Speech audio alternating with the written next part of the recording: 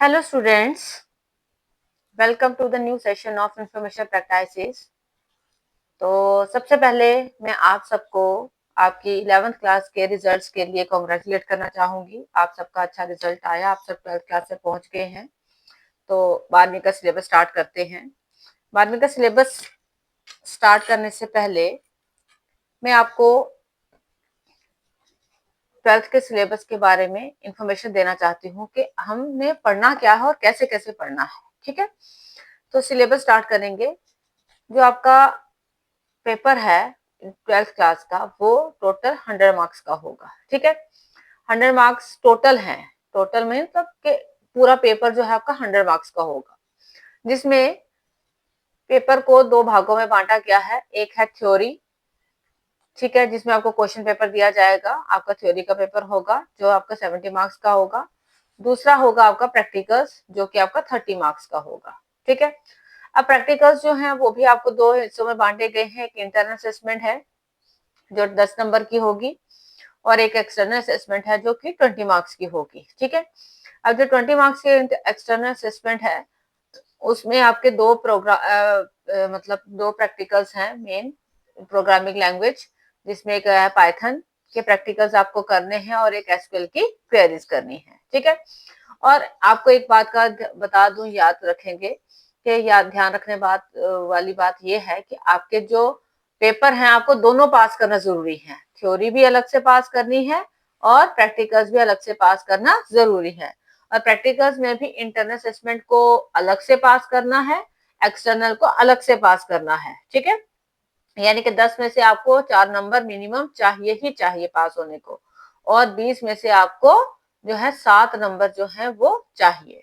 और 70 मार्क्स का जो थ्योरी का पेपर है उसमें से आपको 25 नंबर चाहिए पास होने के लिए। ठीक है, तो अब हम डिस्कस करते हैं आपका थ्योरी का पेपर। आपका थ्योरी का पेपर जो है 70 नंबर का है। ठीक है, जिसको 4 यूनिट्स में डिवाइड किया गया है, यूनिट 1, यूनिट 2, यूनिट 3 और यूनिट 4। ठीक है, फर्स्ट यूनिट जो है वो आपकी है कंप्यूटर नेटवर्किंग। ठीक है, कंप्यूटर नेटवर्किंग ये आपका सबसे बड़ा यूनिट है जिसका वेटेज है 20 मार्क्स की। ठीक है, 20 नंबर का है। एक 20 नंबर का आपका unit computer networking first unit है और 20 मार्क्स का आपका थर्ड यूनिट है फंडामेंटल्स ऑफ आरडीबीएमएस, जिसमें एसक्यूएल पढ़ेंगे। ये भी आपका 20 मार्क्स का है। ठीक है, अब फर्स्ट यूनिट को दो भागों में बांटा गया है जिसमें कंप्यूटर नेटवर्किंग है, दूसरा है internet and world wide web. इसमें से 5 मार्क का क्वेश्चन जो है 5 नंबर का क्वेश्चन जरूर आएगा, ये बात ध्यान रखना। ठीक है, उसके बाद सेकंड यूनिट है इंटरनेट एंड साइबर सिक्योरिटी, जो आजकल हम इंटरनेट यूज कर रहे हैं और आप देख रहे हो कि कितने साइबर फ्रॉड्स वगैरह हो रहे हैं, ये से रिलेटेड है। तो इसमें दो चैप्टर्स आते हैं आपका, एक साइबर क्राइम और एक इंफॉर्मेशन टेक्नोलॉजी एक्ट। ये 15 नंबर का यूनिट है आपका, 15 मार्क्स का। ठीक है, उसके बाद थर्ड यूनिट जैसे मैंने आपको पहले बताया कि फंडामेंटल ऑफ आरडीबीएमएस।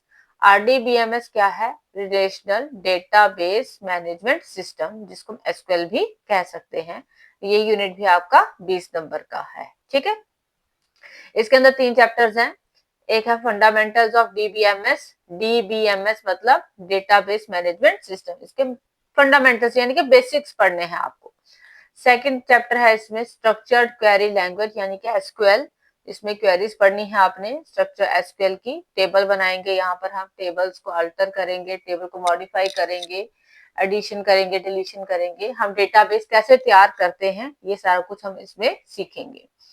उसके बाद थर्ड चैप्टर है इसके अंदर एसक्यूएल फंक्शंस, जिस एसक्यूएल के फंक्शंस हम पढ़ने वाले हैं। ठीक है, उसके बाद फोर्थ यूनिट है हमारा सबसे बहुत इंपॉर्टेंट यूनिट है पाइथन प्रोग्रामिंग। तो पाइथन प्रोग्रामिंग ये आपका 15 मार्क्स का यूनिट है। इसके अंदर 4 चैप्टर्स हैं। पहला है revision of decision and looping structure. Decision आ गया हमारा इफ, एल्स, इफ एल्स, ठीक है, इफ एलिफ, ये कुछ स्टेटमेंट्स है, एल्स इफ है, नेस्टेड इफ है, ये सारे डिसीजन। लूपिंग स्ट्रक्चर्स में फॉर लूप, व्हाइल लूप, ये हमने जो 11th क्लास में भी पढ़े हैं। इसको हम यहाँ पर थोड़ा सा ओवरव्यू लेंगे। सेकंड है इसमें लिस्ट इन पाइथन और डिक्शनरीज इन पाइथन। लिस्ट और डिक्शनरीज जो है ये क्या है? डेटा टाइप्स हैं। ठीक है, ये क्या है? डेटा टाइप्स है पाइथन के।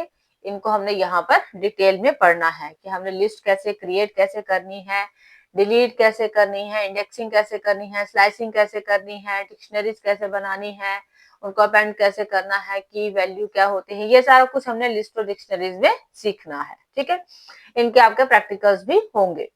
उसके बाद फोर्थ चैप्टर है इसमें इंट्रोडक्शन टू पांडास। पांडास क्या है? पांडास आपके डेटा स्ट्रक्चर्स हैं। इसके अंदर दो डेटा स्ट्रक्चर्स आते हैं, एक आता है डेटा फ्रेम और एक आता है सीरीज। ठीक है, 1D और 2D, ये हमने इसके अंदर पढ़ना है। ठीक है, इसमें टेबल्स कैसे क्रिएट करते हैं, मैथमेटिकल अकाउंट्स से रिलेटेड जो है ये जितने भी चीजें हमने करनी होती है वो पांडास के जरिए की जाती है। ठीक है, तो ये थे हमारा जो सिलेबस है 11th-12th क्लास का, जो आपका इंफॉर्मेशन प्रैक्टिस का जो टोटल सिलेबस है, ये इसके बारे में अभी हमने इस वीडियो में डिस्कस किया है।